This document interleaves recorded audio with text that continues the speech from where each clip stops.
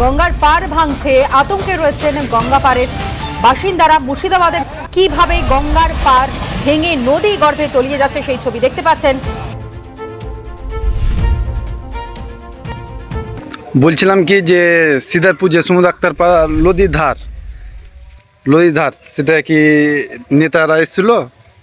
এর আগে অনেকবার এসেছিল, হ্যাঁ, যেমনটা হাইকুল শেখ মানে যে আমাদের বর্তমানে যে প্রধান আছে, ও এসেছে, ও দেখেও গেল যে এরকম অবস্থা, হ্যাঁ, ও যে কোনো কাজও করলে না, হ্যাঁ, তারপরে একে বলা হলো,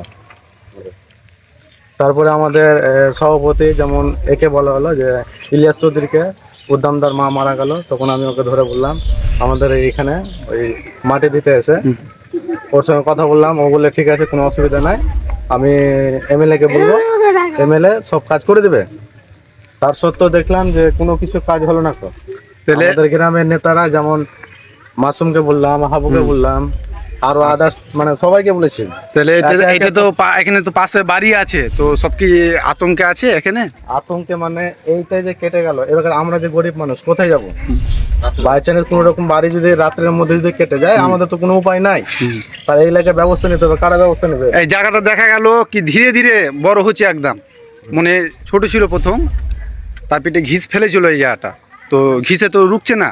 এটা ঘিসটা ফেলার কারণ হচ্ছে শুধু রাজনৈতিক দলের নেতারা শুধু জাস্ট আমাদেরকে দেখার জন্য, জানে ভোটের আগে জানে এটা যদি ফেলে দিই তাহলে আমাদের উপর কোনো কোনো অভিযোগ করতে পারবে না। তো ওই জন্য এখানে কিছু সামান্য পরিমাণে ঘিস ফেলা হয়েছিল, মানে শুধু দেখানোর জন্য।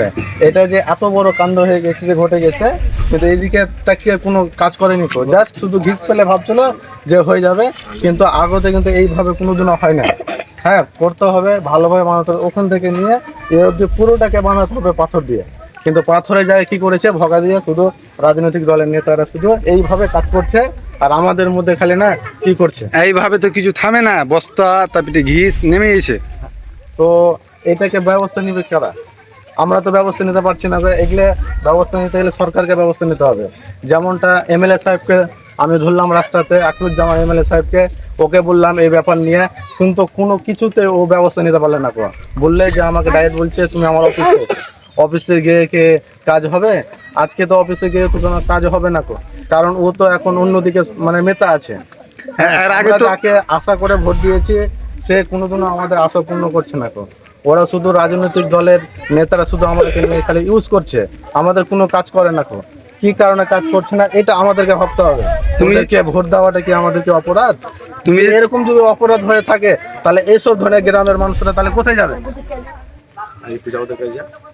হ্যাঁ, তোমার বাড়ি এতে আর কিছুটা কাটলেই তোমার বাড়ি পড়ে যাবে, তুমি কি বলছো? কি বলবো, সামনে বাড়িয়ে বেকার ধরে লাও যে এখন তো ভয়েরই কারণ।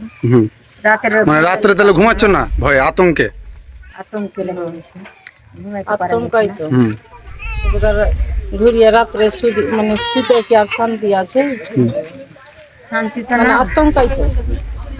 ঘুমাইতে পারছি না, রাত্রে ঘুমাইতে পারছি না। এই এলাকার মানুষ কি সবাই যে এখানকার যতটুকু আছে না, খুব ভয়ঙ্কর কাজ আছে একদম।